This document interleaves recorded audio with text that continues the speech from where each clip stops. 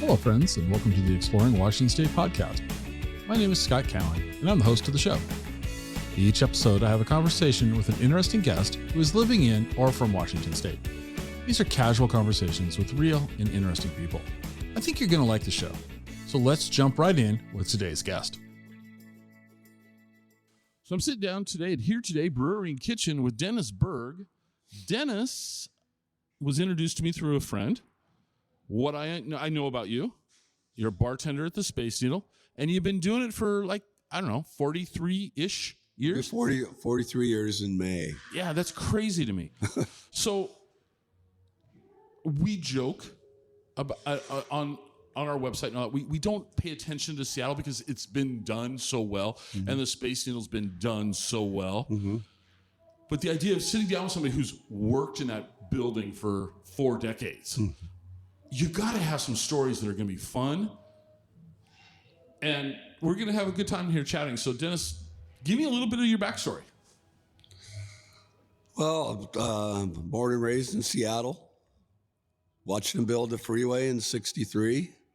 So, been here a long time. Where'd you go to high school? I went to high school at Nathan Hale. You went to Nathan Hale? Graduated in 1969. Okay.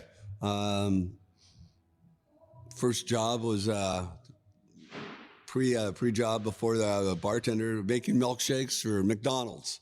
You were one of the milkshake guys at McDonald's. Yeah. Okay. Designated drink maker. Okay. Okay. And so I did that, and then I signed up to go to school, Shoreline Community College. I was going to do a food service degree. I woke up one morning, my mom was, get down to the Westin Hotel. It was the Washington Plaza. They're hiring dishwashers. So that was first job, washing dishes. Okay.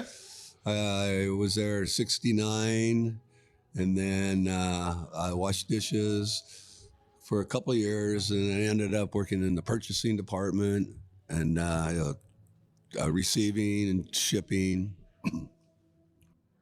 So you kind of saw it all at there. Okay. But so how'd you get into the bar? So there was another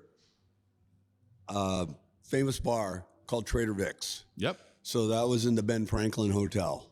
Ben Franklin? Yeah. So the Ben Franklin, where the Washington Plaza was, that was the Orpheum Theater. Okay. So they leveled that and they built the Washington Plaza Tower. Okay. Okay. And so then Trader Vic's. So I always did a lot of favors. So they needed because they did a lot of outside catering and they did a lot of special parties. They were Trader Vic's they took care of all the dignitaries in Seattle. Right. The Al Haddis and Skinners, So it's like, hey, Dennis, can you go do this? So I would drive to the airport, and get some strawberries that came special from Mexico. And then I would go to the Washington State liquor store, the warehouse, and pick up Trader Vic rum, So I was like, hey, maybe I want to be a bartender. So I asked the bar manager, hey, one day I'd like to be a bartender. Because you're in luck. Our bartender's quitting, so we have to start you out as a bar back. Okay. So I was a bar back, learning to cut lemons and limes, and because there are so many garnishes for the Trader Vic's bar menu. And so I was a bar back for 2 weeks, and since that other bartender was quitting, they said this opportunity might not come for a long time for you to be a bartender. So what you need to do, we'll train you in the service bar. So I came back on my own time, and I worked 8 to 4. I came back at 6, and I stayed 6 till midnight and learned how to make drinks.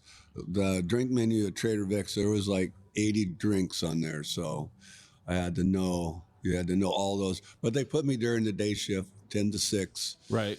So you got more gentlemen, travelers, and so you're making scotch and sodas and more martinis, less exotic stuff. Yeah. Okay. So all right.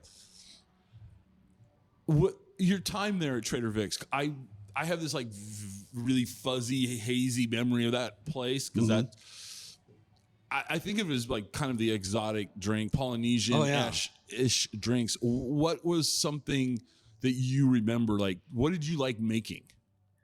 Well, the number one drink at Trader Vic's is the Mai Tai. Okay. So I made the Mai Tai. Those are all handshaken. You know, a lot of the drinks are different there than nowadays. You know, everything's like handmade. There was no batching or anything like that. Right. So not unusual to have a party of 10 come in and they want 10 Mai Tais. So you got, you know, the glasses and you're shaking those and your hands are like cold and everything. Yeah, we had one shaker, you know. So like nowadays I watch different bartenders and they're like shaking with two hands. Me, I'm still old school, you know. Okay. By my one hand shaker. So I got to ask you, back then, do you remember how much did a Mai Tai cost? Probably like $3. Okay. Yeah. All right. But, you know, now they're like, you know, 20, 25 maybe, depending on where you're at. Okay. So how long were you at Trader Vic's? So I was there from 75 to 81. Okay. And then I went off and I got my real estate license. And that didn't work too good. And then I ended up working at a bar in the Bush Hotel. Okay. So I worked there. And then another bar opened up in Everett. Then I went up there to work in Everett. Long commute from home. And then in May, a big full-page article came out. Hey, they're hiring at the Space Needle. Okay. So I went down and filled out an application. Started May 8th, 1982. May 8th, 1982. All right. So I'm curious. I've been up at the Needle maybe 4 times in my life. You know, you've gone up and down those elevators hundreds, if not thousands of times. Yeah. What's your day like there? I mean, is there a service elevator? I guess there must be a service elevator. There is. Okay, what's happening now? So we closed the restaurant 2017 to begin our $110 million remodel, putting in the only revolving glass floor in the world. So that was completed 2019. And then the bar I work at, it's a walk-up bar, that opened in 2020. Okay. What's going on right now, they've always had all these dreams and they're coming true. They're going to do a double-decker elevators. So one will let people off on the glass floor and the top elevator will let people off on the observation deck. Oh, wow. Okay. So right now we have the service elevator and we have one other elevator. So they're working because they want to get this done in 2025. Okay. So yeah, and the service elevator, there's a service elevator that'll take the employees up. Okay. And that also takes care of, we have a purchasing department and that's in the basement. So everything's like 500 feet away.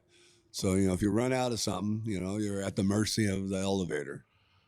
So you want to make sure that the bar's fully stocked before your shift. Oh, yeah. Okay. All right. Wow. I had no idea. I didn't even think about that in those terms. That's interesting to me. So there's a basement in the Space Needle? Because this is what I thought. Kind of what I've read was that there's this massive concrete block. Mm-hmm. I never thought that there would have been a basement space. I always just assumed there's this massive concrete block. So there's a basement down there. Okay. So we have a loading dock and, you know, I come into work and punch in. So we have an employee locker room. There's security offices. And then there's a purchasing department where they store all the beer and all the liquor and all the... wow. Okay. It's a lot less than... because we don't have a restaurant anymore. When the restaurant was there, that place was packed to the ceiling. Yeah, I can imagine. Okay. So is there any that you're aware of, any plan for a restaurant ever again? Or do you think it's just going to be the glass floor and the observation deck? Or well, they always say never. Right. But, you know, but the thing, right now we have over 1.5 million people come every year. Okay, so the focus is the glass floor. Yeah. Okay, so there's people all over. I mean, like like this past summer. Yeah. Not unusual to have 10,000 people come up a day. You're kidding me. So, but imagine you and I, come up for a romantic dinner, and here's the glass floor. Then there's someone that's going to come and do a selfie right by your feet. Yeah. So that's why, the restaurant is really not feasible. So the glass floor, are you telling me that if I went up there and imagine that this, where we're sitting, this is glass. Mm-hmm. I'm looking down. You're looking down. And I'm seeing the grounds of the Seattle Center. You're going to see you're going to see Mopop. You're going to see the Chihuly Garden in glass. Kind of cool, but creepy at the same time for me. There's a lot of people. I watch them. They come running to the bar. I need a shot. Like, hey, what do you want? So they got to have a shot because they're deathly afraid of the glass floor. We do have like carbon fibers. Over, so people will have like an area for them to sit. Yeah, wow. So question about that. Oh, you're fine. Make noise. It's all good. We're borrowing your space. Were you, during the Nisqually quake, were you working when I was off that day. Okay. Did you ever, was the Space Needle open at that time? I'm trying to remember. Yeah, that was open. Yeah. Yeah. So there was a bunch of people, a bunch of servers. Yeah, they took off and ran down the stairs. That's what I heard. They left the guests up there, and they said, "Well, women and children first." Women and children. And they left. Well, so I was working at Starbucks corporate then, and I was working in the data center. So I worked nights. So I was trying to go to sleep when it happened, and then so the Soto Center where Starbucks is, like these old brick buildings, they shook and they split, and it was interesting. I can't imagine if I were up there that I would go back up there again. Let's just put it that way. I'm that type of person. Right. It's like, oh my God. So you didn't get to experience that firsthand. So that's good for you. So but I've been up there when it's windy. It'll handle 100-mile-an-hour winds. Yeah. And it'll sway a little bit. So do you notice that when you're up there when it's okay? So you notice that. I've got so many questions about this. So let me ask you this. In 43 years, you've been up there for 4 seasons, winter, spring, summer, and fall. What's your favorite time of year to be up there and just casual? I know you don't get to stand around and look at the view because you're working, but like when do you think Seattle presents itself the most beautiful from the Space Needle?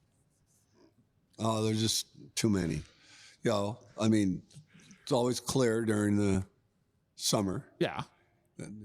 Unless there's a forest fire or whatever. Well, yeah. And then also in the winter days, I mean, the mountains, Mount Rainier will be crystal clear. The Olympics. Right. You'll be able to see Mount Baker. You can look through the Duwamish Cut, and then you can see the top of the blown off Mount St. Helens. So what's your favorite view? What's your favorite? You just named a bunch of these iconic things. What do you think? Well, I mean, it's just, come on, I'm putting you on the spot. Mount Rainier. You like Rainier's for you? Okay. Yeah. Yeah. I stare at that, my bar, just goes around, and then I see her. And how fast does that thing make a full turn? So it takes 30 minutes. 30 minutes. And when you're just standing there, if there's a moment where you're not, quote unquote, busy, and you're gazing out, how much do you notice the change in the rotation? Is it quite noticeable? Well, I mean, okay, so it rotates 30. It takes 30 minutes, right? So if you're standing, like you're looking at me right now, right. Like if I started rotating at that pace, do I move pretty fast? No. Okay, so it's a pretty subtle. Yeah, it's pretty slow. Yeah, it's just so. I mean, it just goes around, and I mean, that gives everyone an opportunity to see everything. Yeah. So they'll sit in my bar and they'll see Mount Rainier, and then they'll go by the Olympics, and they'll go by Mount Baker, and they'll see Capitol Hill. And so another question I got for you: we on 4th of July we see all the fireworks coming off that thing. Is the Needle open? Yes. Okay. Have you worked that shift? Yes. What is that like to be sitting there? I mean, is it? I don't know. I almost don't think it would be visually interesting because it's not designed for I don't know. What's it look like inside the needle when those are so going what, off? So what they'll do is they'll stop the floor. Okay. So then that way people can like get over so they have a view of Lake Union. Okay. The observation deck, that's where the majority of the people will be. And so they'll all crowd. Right. So they can see. And then the thing starts leaning. Yeah.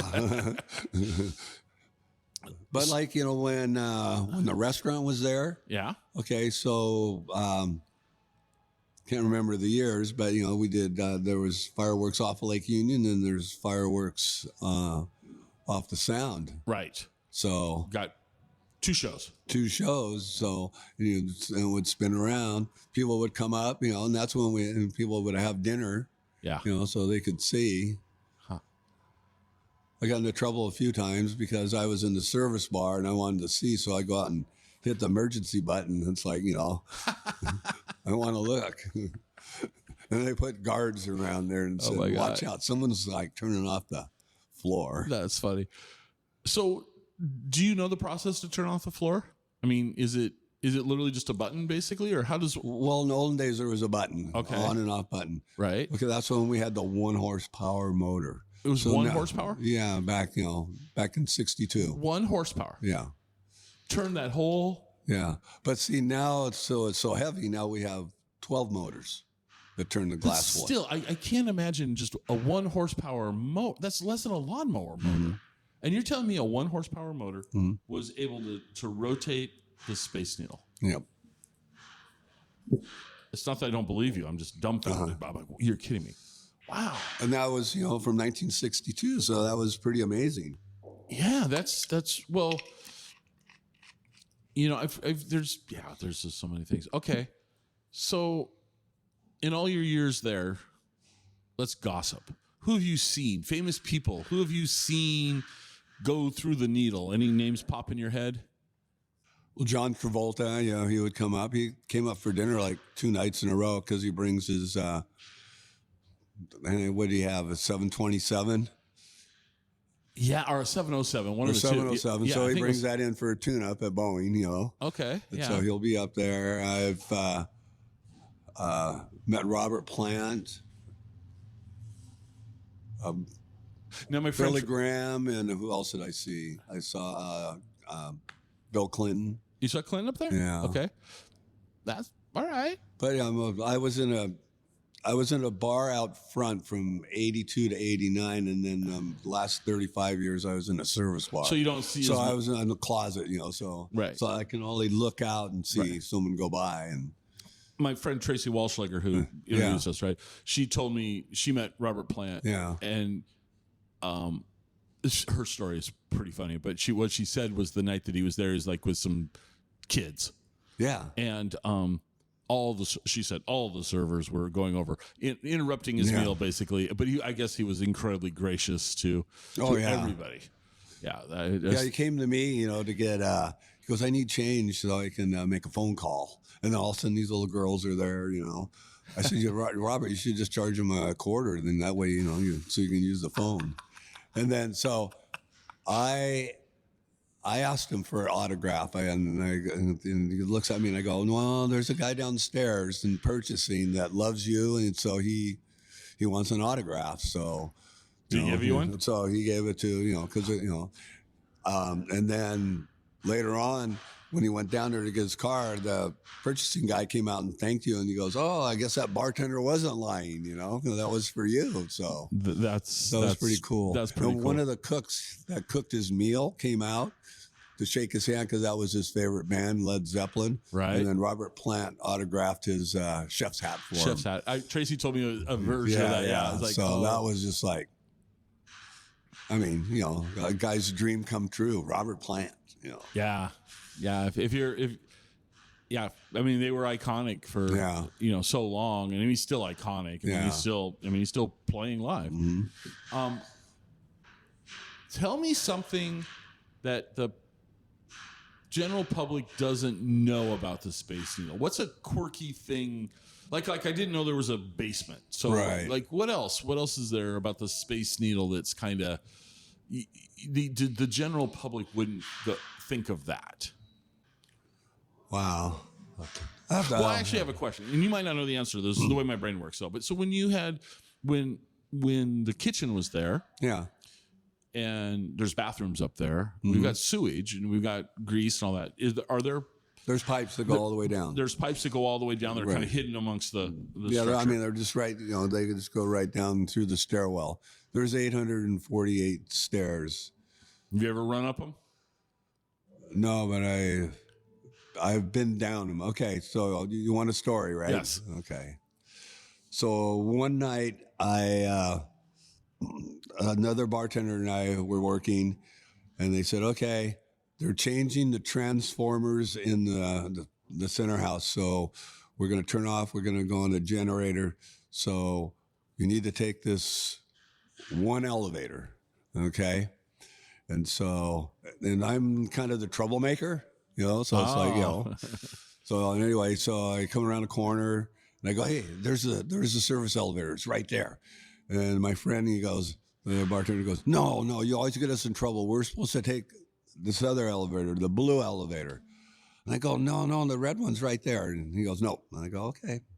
So we get to the other elevator, and it goes down 20 feet and it stops. The elevator, the red service elevator, I look, I go, oh, look, that went all the way down. So there's a phone in all the elevators. So we grab the phone and go, so what do we do?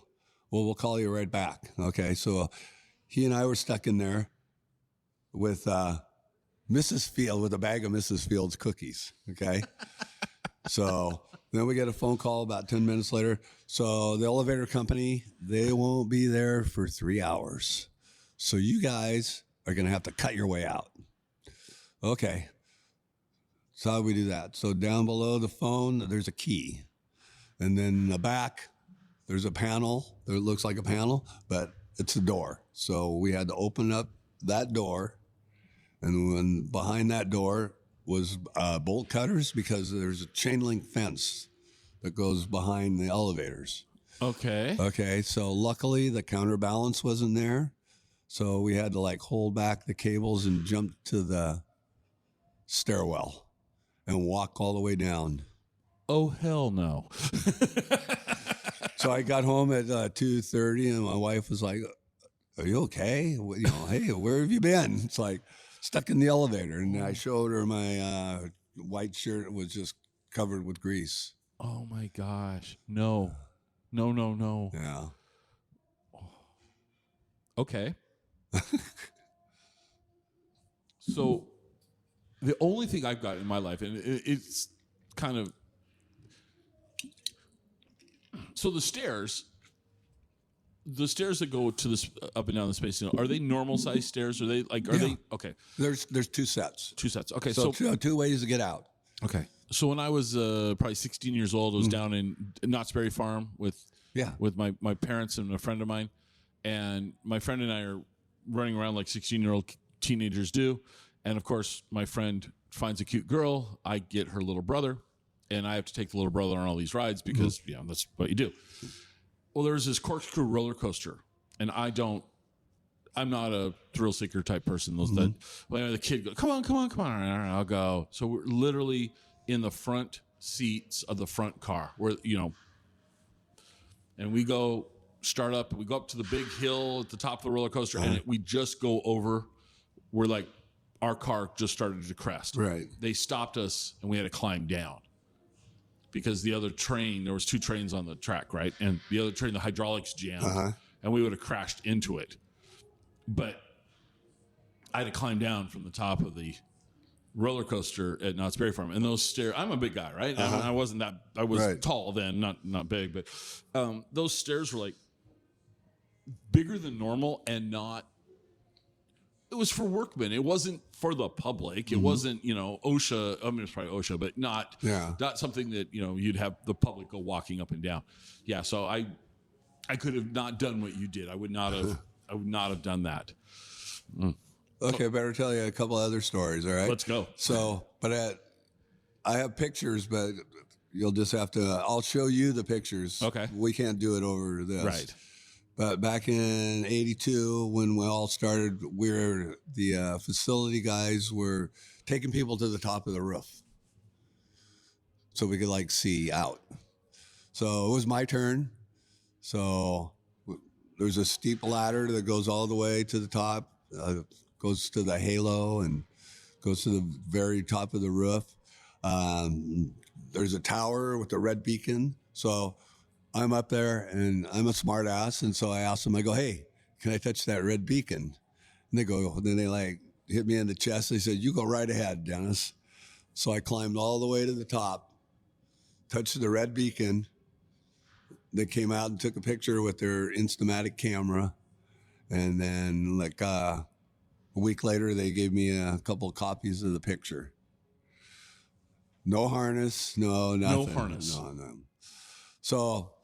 So every 10 years, we celebrate the anniversary of the Space Needle. So 2022, that was the 60th anniversary. Right. And we paint the top galaxy gold. Right. So I was my turn to like paint. And so I was in all these harnesses and everything. It's like, oh, the last time I was up here, I didn't have to wear these. So wait a second. It was your turn to paint. Was it? So everybody got a chance to like do a couple of rolls of the gold paint. Yeah. I mean, you wanted to participate. Yeah. It wasn't like it was a slow Tuesday at the bar. No. I just want, because I was going to do it for the 50th anniversary. Yeah. But since we live in Seattle, there's a lot of rain. And they didn't want anybody to go up there, and so I lost out in for the 50th anniversary. So let's talk about that. When they paint, are you literally just rolling it on? Yeah, you roll. Yeah, they give you a roller. You could come up there and do a couple of rolls. You can check that off your box. For the 60th this year, there was a lot of contests. So there was a lot of outside people that got picked, and so I think there was probably like 20 of them that actually got to go up there and then roll it. But you're in a harness. You're in a harness now. No, I'll show you those pictures. Yeah, that's just crazy. And the moose, the Mariner moose, he got the paint. Don't get any paint on those gold paint on those paws. So that's just paint. That's not like a vinyl sheeting or anything. It's literally paint. Yeah, it's paint. And so whenever the needle changes its kind of appearance, it's paint. Right.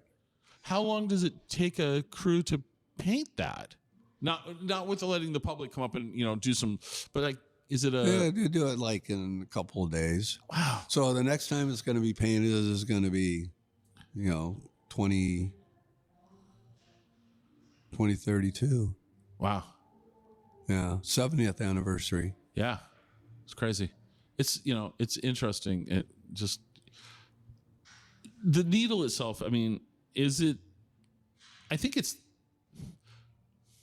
the most iconic shape in Seattle, and I almost want to say it's the most iconic shape in the state. I mean, Mount Rainier is right there. I mean, they're that's competing. Those are two heavyweights, but it is a very. It's iconic. I mean, somebody who doesn't know anything about Seattle sees the Space Needle, they go, oh, that's Seattle. I mean, that's just, that's just boom. Where Rainier might confuse somebody and they might say, oh, is that Kodiak or something up? Yeah.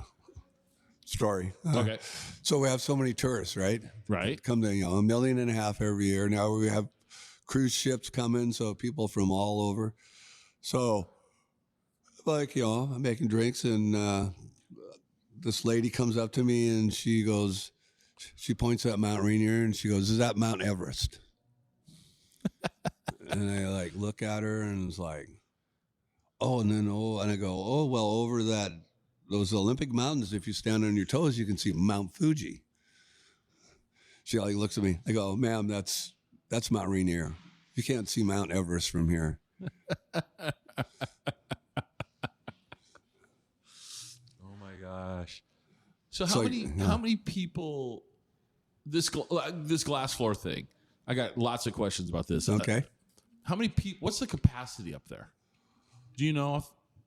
I think it's like they only let like 300 people up at a time. Okay. 300-400. All right.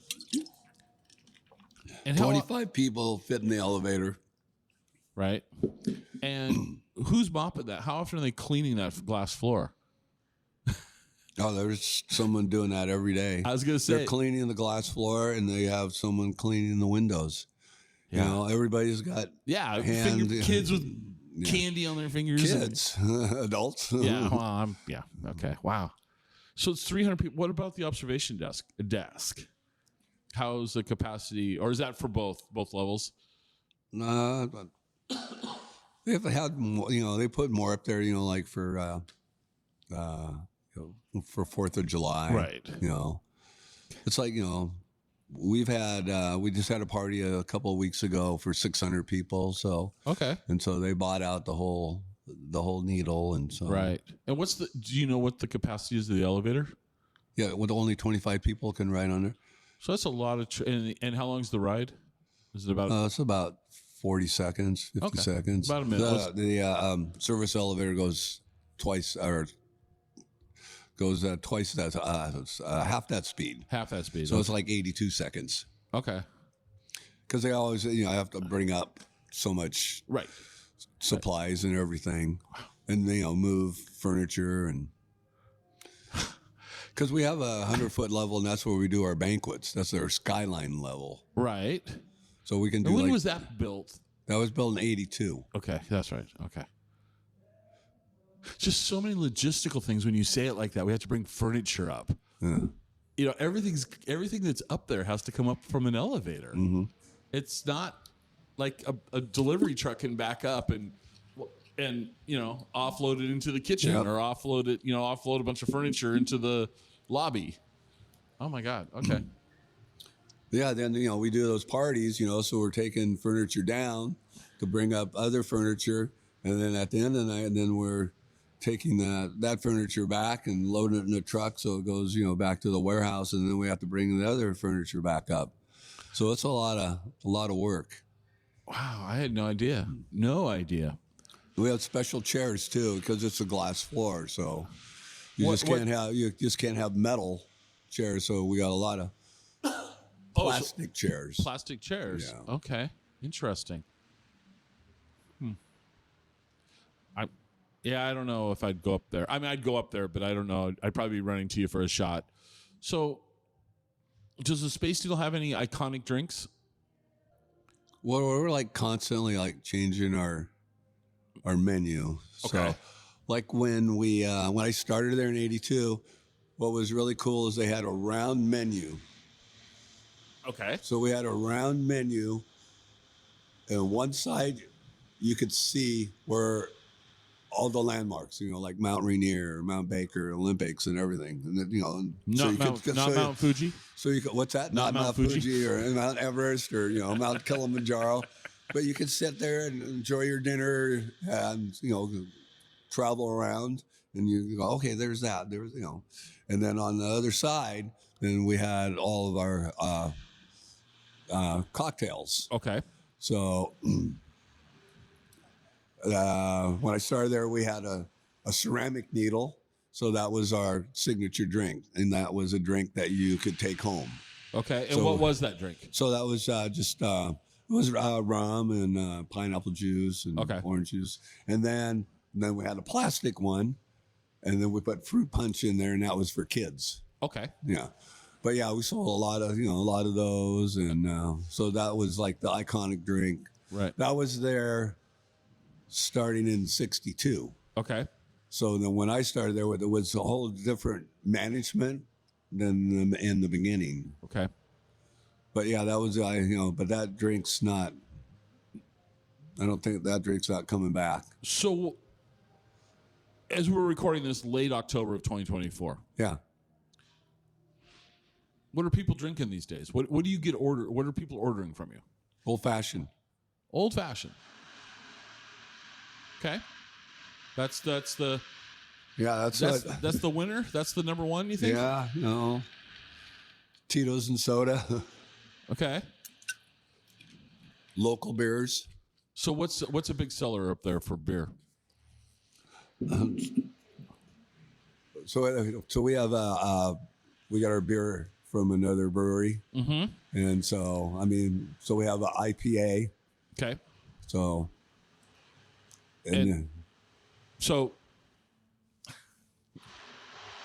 Sorry, we're in a construction site here today, so there's going to be a lot of background noise, but that's okay. We'll make it work. I'm not surprised, and yet I am surprised about the old fashioned being. Mm-hmm. So when you're making an old fashioned, are people ordering? What are they? Is it just the? I keep hoping that whatever it is will stop, but it won't. Any special requests? What are people asking with their old fashioned? So they have old fashioned in their head. Mm-hmm. So what can I get for you? Old fashioned, okay? And I go, all right. And I look at them and I go, preference on your whiskey? Well, I don't know. I go, well, what do you normally drink? Right. So I mean, if you're going to order an old fashioned, you should really know what what bourbon or rye you want in there. Okay. So then I have to go, well, we have this and this and this and this and this and this. Right. What's the I'm looking for the oh my God, I'm driving blank. If somebody doesn't give you a preference, what are you pouring in there for old fashioned? What's the I mean, we have local whiskeys. So my favorite is 2 Bar. 2 Bar? 2 Bar, they're, about a mile. I've never south. Heard of them until you'd mentioned them to me when we talked on the phone. So I bottled the bourbon. I bottled there on we're Wednesday. going to get to that. Yeah, but I mean, it's all, promote my own product, that I help with. That's pretty cool. So people aren't ordering. I think of it old fashioned as a guy's drink. That's just my own stereotyping of things. What are the ladies ordering? Old fashions? No, and then we have wine too. So a lot of ladies order, wine. And what wines does the Needle carry right now? Is it local stuff? Local stuff, yeah. That's cool. Yeah, I mean, we're all local, so because people will ask for all kinds of stuff like beer, Mm-hmm. Do you have Coors Light? Do you have Miller Lite? It's like, I go, what's that? I go, hey, you're here. You gotta go local. So, well, what is the local brewery that is at the Needle? We get it from Stoop. Stoop? Yeah. Okay. All right. Lady-owned brewery, so nice. Support the lady. Just like 2 Bar, we have 2 lady distillers. We're going to get back to that, but that's uncommon. That's uncommon. Yeah. All right. So 40 in today's day and age, it's in my experience, very unusual to have somebody work 43 years with one employer. Crazy person, right? Well, I'm not going to say that. It's just business, the way business changes, things like that. But for 43 years, you've had one employer in one iconic building. That's even if let's say you worked for Boeing for 43 years, you would probably have been moved from Everett to Renton probably at some point. You wouldn't have been going to the same parking lot, parking your car, going into the same factory. And so you go every work shift, you go to the Space Needle. Does it ever get old? Or is the ride up always kind of fun? Is it? No, it's fun. And it's like, how many people can say they work at the Space Needle? Not many. Not that many. So it's just like, you work at the Space Needle. You look at people's reaction, like yours, like, that's why I'm here. It's like, right. But it's just like, I mean, I really enjoy my job, I mean, I was in a service bar for 35 years and, now I'm out front and I get to deal with guests, have crazy questions, but, and like you're putting up with me. But I mean, it's just, they're all, it's just fun, interact with the people. Are you the longest tenured employee there? There's one other, there's a lady, and so she's in banquets, so she doesn't work as much as I do. So I work 3 days a week. Like yesterday, I was there at 11 and I was off last night at 10. Okay. So that's an 11-hour day. That's a long day. I mean, I got, there's things to do, stocking and. Right. So, I mean, 3 days a week, that's, 30 So there's hours. a lady that's been in banquets longer than you've... No, her and I, we came in hand in hand. Hand in hand. May 8th. So you too. Yeah. And she's been in banquets that long. I was a banquet waiter in college, and it exhausted me in my 20s. I can't imagine doing banquets for 40. Well, it's a little bit easier, Is it? Yeah. Okay. Well, then deal, So, I mean, she only works like a couple times a month. Oh, okay. That's pretty. Okay. Yeah. I mean, she's, we're all getting old, so. Well, yes, but I'm stunned when you told me it was 43 years. I was like, are you kidding me? That's just how many of you've got friends, people. How many of your friends and acquaintances have worked the same job for 20 plus years? Well, we have people that I work alongside that have been there 35 years, 30 years. Really? Yeah. Okay. That's awesome. So it's all about benefits. It's all about, right. Stability. Right. Okay. I mean, schedule, you go somewhere else. It's like, oh, now I got to work that day. Now I got to work so that. So when you start off, you get the shifts that might not be what you prefer. Well, as we wrap up the needle, I think we've covered it pretty well from you've told me some stories. The beacon, no, I'm still, I want to see that photo. I believe you, but I want to see it. That's just. So when you're not working at the Needle, you mentioned 2-Bar. Mm-hmm. You also work at a winery too, though, right? You're volunteers? So I volunteered about 20 wineries. 20? Yeah. Okay, so how did we get started in this? I mean,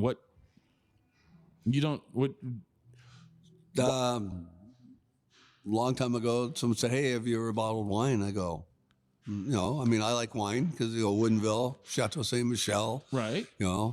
And so there was a winery that was looking for volunteers. So then I signed up and I'm going, oh, so if this winery needs volunteers, maybe I should try these other ones. So I, would go in and taste some wine and, maybe join their wine club or whatever. And then I asked, and they go, oh yeah, we're bottling. Hey, they took my name and, then they would call me and, So how far, where are you going? How far is this? From my house? Huh? Yeah, from your house. You're not driving down to Napa, let's say. No. Because Woodinville is wine country. There's over 100 wineries and tasting rooms in Woodinville. I didn't realize it was over 100 now. Okay. All right. So you're doing that. And the distillery, how'd you get same sort of thing? So the owner, Nathan, he came and he did a class on bourbon at the Space Needle. And so I was like, hey, I'll ask him if I can, So I asked him if I could help bottle. He goes, yeah, sure. So then I came down and, helped him bottle. And then I go, he goes, can you come this time? And I went the next time. And so for me, I just love, doing all that. And then I go, okay, I'll ask some friends. Right. So, and that, and then all of a sudden those guys get the fever. So there's just a whole, I brought, like 10 people to bottle bourbon. And I brought the one girl, Sony. And so now she is one of the distillers. Really? So they hired her on, and so she does the distilling. And like the wine, will go, and then the winemaker will go, wait, I want you to organize a team. So there's like 5 wineries that I organize, and then I bring a team to come and help. And we do all the wine bottling on a truck. Okay. So there's a company out of Portland, Oregon, that has a mobile bottling line. So, it's not like Shirley and Laverne, that. So you're in a truck and you have empty cases, and those are like loaded on. They go down a conveyor belt. They get like gas. They get like filled with wine, and they get corked. And then there's always a couple of people that put the capsules on, or they're called foils. Right. And they'll keep going on this little conveyor belt. A label will get put on. It just keeps going on the conveyor belt. And then there'll be 2 people that we'll load up the wine boxes. So, I mean, there's 12 bottles in a case. So how many? So how many in an hour? What is that? So that truck can do 65 bottles a minute. So you're doing close to 300 cases an hour. Wow, that's a lot of wine. But you always got to make sure because there's I have a set team. Right. And there's always someone who goes, I want to help. And I go, okay, I'll let you help. But there's always people that have problems counting.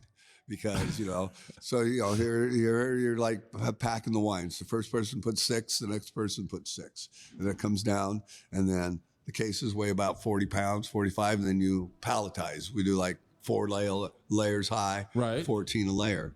So, if you've been palletizing forever and you grab a case and you go, I don't know, this feels light. Scott, can you, oh, I think it's light too. And you open it up and it's like, there's 2 bottles missing. Hey, Bob, what'd you do with those bottles? Yeah, it's like, how did you miss those 2 holes? My God. It's like, sorry, if you can't count, yeah, you're off the list. You're off the list. So what's the are these wineries, do they give you wine to take home too? I mean, is it kind of like, so it's a great way of trying wine, if you will. Okay. And it's a release, you're just there, you're with the winemaker, he's so appreciative. Hey, thank you so much. And it's like, because I'll say thank you. Go, no. Thank you for, being here. You're there at quarter to 8. Okay. The bottle, because, we bottle like, is it a full day? 2,000 cases of wine. Wow. So there's usually like 12 of us, and then, we'll have a lunch break and then come back. And then, then the harvest, so I did a couple of harvests this year. Oh, really? Yeah. So the grapes come in, and then they go into a bin, in the shaker bin, and, you just go through and pull out leaves and, rocks and, so. And then, if it's all red wine, so you have to wait 2 years till it's ready to drink. Right. Any local wineries that you think are doing some interesting things? I have to be careful. Okay. They're all like children, Right. Yeah. But I'm saying interesting. No. I mean, they all do some great stuff. Let me put you on the spot. What's your favorite? You're a red wine guy? Yeah. Cabernet Sauvignon, is that the go-to for you, or do you like? I'm going to say Merlot, and you're going to throw something at me, but is no. My wife loves Merlot, so okay. So what's your favorite? It just depends on the day, I mean, if you're doing a steak, let's do a cab, cab or Merlot, or Any varieties you're not a fan of, in general? No, I mean, they're all good. You like I wine. mean, you do Pinot one day. You do. So does your wife go and help you with this? No, I just have to come home and knock on the door and wave the bottles of wine, and then she'll let me back in. All right. No, it's just it's just kind of a release, from work, dealing with people all day long, making drinks and everything, and you just go. You don't punch in, but you just go in, and then you just have your coffee, and it's like, hey, time to bottle. And but I have more fun though when I like bring someone that's never done it before. Right. Just so for where do you put that new guy? What's the, like, if I said, hey, I'd like to do this, where are you going to stick me? I can count, or at least I'm going to. Well, yeah. So that's usually where, because of packing, because you got someone with there. One of the hard parts is you have to look at every bottle to make sure that, there's no wrinkles on the label or wrinkles on the cap. Or also that the bottle was filled. Yeah. You pick up a light bottle, kind of like missing you can also look, when you got it and see that if there's a gap. Right. That happens, it's all machinery and everything. Right. Okay. The other thing that I know about you is that you're a baseball fan. Correct. And I'd like you to, I'm looking at this flyer, this framed flyer. You put together an opening day group. Yeah. Tell me about that. Oh. So it kind of started at the Needle. everybody works. And so, I mean, the Kingdom was there and it's like, hey, let's do a get together. Let's do a group night. And I go, hey, does anybody want to do a Mariner game? So I, put up a sign up sheet and, 20 people sign up. So, that's like the group, so you do 20 and then they'll go, oh, I want to go. So then I have to call the Mariner rep and say, hey, I need 10 more tickets or whatever. So, and then the more tickets you buy group night, the cheaper it is. Right. So the most tickets I ever bought was Kingdom days, and we're in the 300 level. So they were $5 tickets. Okay. And so I bought 150 tickets. So, and I always do everything on the honor system. So people want to give me money. I go, no, when I get the tickets, I'll give you the tickets and you give me the money. I don't want to be confused. That way I'm exchanging tickets, rather than it's like, hey, you owe me the tickets. It's like, but anyway, so that was the most I ever did. And then I always did opening day for like the last 20 years. And so then I met Chris here at he has a bar in Belltown called Navy Strength. So I went in there and he was a baseball fan. I go, hey, you want to go to opening day? And then pretty soon, there's other bartenders, they wanted to go. So we were able to do like 20 bartenders and bar owners. And then I put it on Facebook. And so that was a mistake, a good mistake. And so, okay, I got 30 tickets and then I want to go. And it's like, okay. So then I ended up, okay, I need 10 more. I need 20 more. And so then last year was crazy because all of a sudden I get 50 tickets. I'm getting 50 this year. I put it on Facebook and then 20 more people. So then I had to, get 70 tickets. Wow. Okay. The best one I did though, because as soon as the Sounders came, I want to do a group night. So, and those tickets, they started at like 13. Now they're like 25. Right. There was 2019 when we won the last title. Right. So I had a deposit and I go, hey, called them up and go, hey, can I do a group night? And they go, yeah, sure you can. Okay. So I want 20 tickets. I put that on Facebook. Those went in like 2 minutes. Yeah. And I was like, oh my God. And then I call up and they go, okay, you better order some more because the price was going up. It started at 34 and it went up every hour. So okay. So I locked in at the 34 for 20. And so I tell people, I go, now you got to pay 44. And then everyone's going, you should have just sold those. You could have sold those tickets for $100 each. I go, I don't make money off my friends. Yeah. I already promised them the tickets for 34. Right. Right. So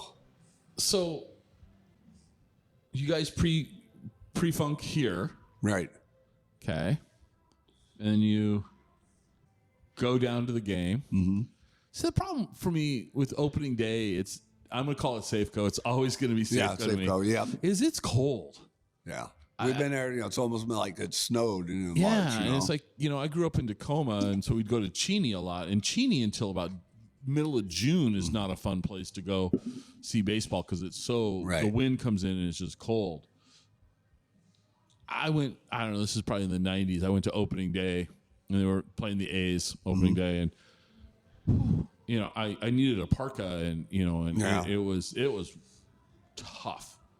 But I think that's great that you've been doing this and that you get all these bartenders together and you guys go. I'm a bar owner. I mean, it's like, but so we have a few drinks, so that's how we keep warm, Right. Okay. But everybody has a good time, everybody talks and chats. I mean, it's just, it's just fun to get, some of those guys are, like Chris, he works his butt off, a couple other guys, another bar owner comes down from Bellingham, and so it's like, gotta. So you've got a network of bartenders and bar owners. Oh yeah. Okay. So I have a friend. She's her name's Abigail, and she's in New Orleans. She's a Met fan, so she's coming. She came to opening day last year. Really? Yeah. So she's coming this year or next year. Very cool. All the way from New Orleans, just to be with. It's like a family. The bar community is a big family. Well, not ever being part of it, but from the outside looking in, I've seen evidence of that. Yeah. And it must be nice to get away from the bar. Yeah. You know, I mean, you enjoy your job, but it's nice to get away from the job and go do something else with people who get it. You know, I don't get what you do. I'm not a bartender. I don't get the quirks and the good things about it, but also, look, dealing with the public can be. Well, as we wrap this up, I got a couple of questions to ask you. But before I ask you these wrap ups, what didn't we talk about that we should have spent a couple minutes on? Let me ask you this. I want you to put on your. So I got to tell you, folks, he's wearing a black baseball cap with white. They look like felt. My glasses aren't on. Felt lettering. This says 1962 on it. And I asked him what the hat was, and he kind of looked at me. Well, it's the year the Space Needle was built. No, so it was the year I was born. So I was like, okay. So you got this. It's what the vibe that I'm getting from the hat is like it's a Japanese baseball team. That's the vibe I'm getting from it. Okay. So I'm going to ask you to put on your sales pitch hat for the Space Needle. Why should people go and check it out? If they haven't been since the glass floor, let's say, or they have never been to the Space Needle, what are they missing? They're missing the view of Seattle. Okay. I mean, where else, you could the best view of Mount Rainier. Okay. The sunset right over the Olympic Mountains. Yeah. Yeah. If it was open earlier, the sunrise over the Cascades would be pretty cool, well, too. we used to open for breakfast, so we would have the sunrise. Oh, that would have been pretty cool. Yeah. All right. And then, come up at night and see the night lights, the big wheels all lit up. Right. Right. The whole city, just in all the cranes always have lights. Right now it's green and blue for the Hawks, so. Okay. But, I mean, just to come up there and just, experience it. All right. I mean, there's 1.5 million people that do it every year. That's so crazy to me. All right. When I started there in 1982, it was $2 to ride the elevator up. So what is it today? So today it's, it just depends. We have staggered hours. So if you go early, 35, go prime times 42. Okay. Go ahead. What was interesting is like 62, it was $1 to go up. So in 20 years, it only doubled, to $2.82 when I started. Okay. All right, we're sitting here in Seattle. Here's the questions. Where's a great place to get coffee? My favorite place is I like to go to Top Pot. You do? Yeah, Top Pot, because it makes me feel like a little kid because I get to order an Ovaltine latte. Okay. And then I'll get a donut with that. That's the only place that does an Ovaltine latte. I don't know why they do Ovaltine, but you see that little jar there and the Ovaltine, and it's like, and it reminds me of the olden days. I have never heard of an Ovaltine latte. I don't know if I'm like so excited that I'm going to run out to Top Pot when we're done, or I'm so disgusted that I'm going to run away. I don't know. I'm kind of like, I don't know how to feel about this. I got to say, it sounds more cool than, oh, wow, okay. An Ovaltine latte. All right. All right. So once again, we're in Seattle. It's around lunchtime. Where's a great place for lunch? Oh, boy. Got to have the Reuben at 74th Street Ale House. Okay. That's up on Finney. What are you pairing with the Reuben? What are you having to drink with it? Got to have a Guinness. Ooh. Okay. 74th Street Ale House. Been a while since I've been there. Reuben sounds pretty good. Yeah. All right. All right. This is the most important question. This is the one I wouldn't tell you about. Okay. I warned you about this. It's supposed to be fun, so it's okay. You ready? Yeah. Cake or pie, and why? Well, I have a sweet tooth. I love chocolate, so it's cake because of all that frosting. Cake. What type of cake? Chocolate. Chocolate? Just any kind. Any kind of chocolate cake. So, Space Needle story, right? Sure. So we had a Bailey's chocolate cake as our dessert. Okay. At the Space Needle. So it had the filling. The middle layer was Bailey's icing, and then there was Bailey's in the frosting. So everybody knew I liked that cake. So, and I'm in the service bar, and all of a sudden one of the servers comes in. She took a whole cake, and she brought it in the bar. And then a bunch of other servers came by, and someone goes, "I'll be right back." And so here comes 4 glasses of milk. They cut it into fourths, and then we were back there drinking milk and eating a stolen chocolate cake from the pantry. Well, like a bunch of little kids. And it's like, keep an eye out for the manager. So we always had some lookout, but we're back there. Not a normal slice, but a quarter of a cake. Because everybody loved that cake. That's funny. Okay. All right. Well, Dennis, thank you for sharing some of your experiences. I still 43 years. That's crazy to me. And how much longer do you think you want to do it? Okay, I got a couple goals. So next year, May 8th. That'll be my 43rd year. I'm not sure when I started bartending in 75, but I'm going to say June 1st. Okay. And that'll be my 50th year bartending in Seattle. Right. So I'll celebrate that. I already have a special bottle of cognac from 1975. Okay. Yeah. So I'll share with you when I hit my 50th. So you're going to have a 50th year celebration, do you think? Of bartending in Seattle. That'd be awesome. Yeah. That's very cool. But yeah, 43 years at the Needle, and we'll just see, 2 more years would be 45, but I think it's a lot more, it's a lot more running than being a true bartender. True bartender is behind the bar. Right. What I'm doing now, I have a bar. I have 5 tables, 2 chairs at each table, and people order food. They'll order, like sliders or fries. Right. So I have to go get those. Okay. So those are in the kitchen, so I'm running back and forth, Got it. One-man show. Okay. Clean the tables and do that, Okay. So, but, I like last night, 18,000 steps. So. Really? Yeah. So, I mean, I need to be a bartender at the Space Needle just for the exercise. But it's just, running and exercise is just how much, how much is that more. A normal night, 18? Like 15 to 18. 15 to 18. Yeah. But, it's just, I'm getting older. So, I mean, just hopefully, I mean, I have a good time.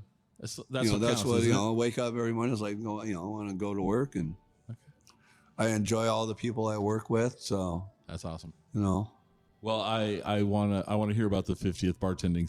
Oh yeah, for sure. Yeah, that's awesome. So thank you so much for sitting down with me. Thank you for the opportunity. Hope you enjoyed the show. You can reach me on Twitter at ExploreWaState. I'd love to hear your comments. You can also visit our website at explorewashingtonstate.com. If you know anyone who would like the show, it'd be amazing if you'd share the show with them. This is the biggest way that we grow this show. Good old word of mouth. Glad you were here with me today, and I hope to have you listening to the next episode. See you then.